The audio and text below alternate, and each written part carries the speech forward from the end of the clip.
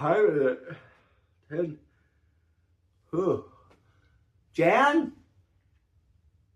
Oh yeah, Jan's not here yet. Sorry.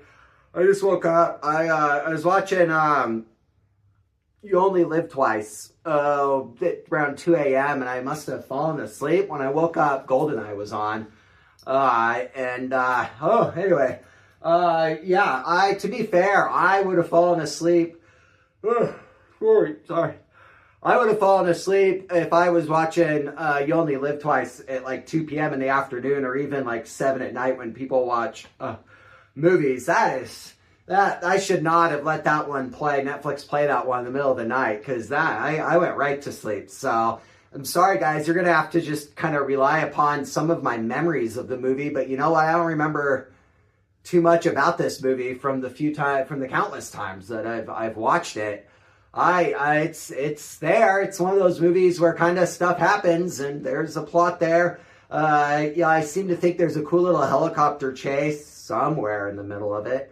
That was fun. The volcano, everybody loves the volcano. Austin Powers loved the volcano. That's what he was making fun of.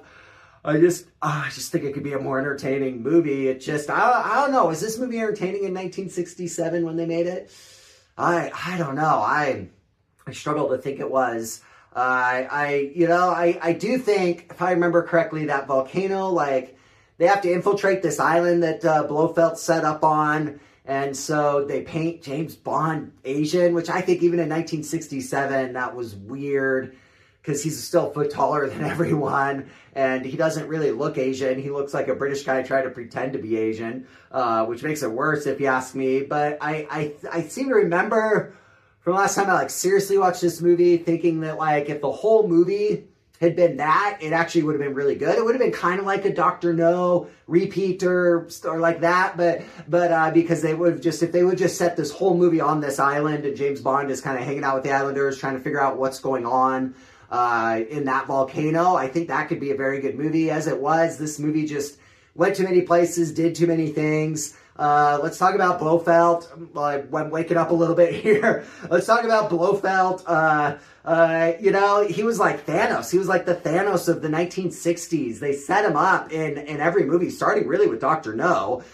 He wasn't in Dr. No, but he was there. He was like this presence behind the first several movies. And I think that's how you do a franchise, is you kind of, you just be patient, and you wait. And that's what they did. But then his final reveal here, him as the villain, he's not like Thanos beating up the Hulk at the very beginning of Infinity War. He's not that much of a presence in this movie still. And this was supposed to be his movie where he becomes the main villain. And his scenes with Sean Connery are okay, but I think Goldfinger had much better. I think Thunderball had much better scenes with Sean Connery than Blofeld ends up here, which is a shame. But Blofeld's a shame, isn't it? Thinking back to my Spectre review, some of the best actors in history have played Blofeld. Charles Gray's a great actor. Telly Savalas is a really good actor. What's his name who played him in Spectre is a really good actor. But he's just wasted in every movie. He just doesn't. I don't know. They just waste this wonderful villain. Like in the novels, from what I understand, he was really good. But anyway, I'm probably going to go back and rewatch GoldenEye, since that's the one that apparently was playing when I woke up. Who knows what played in between there. I might be able to figure that out. Jan just came in. I'm going to shut my door so she doesn't ask me 40 questions about how the evening went. So anyway, on to the next.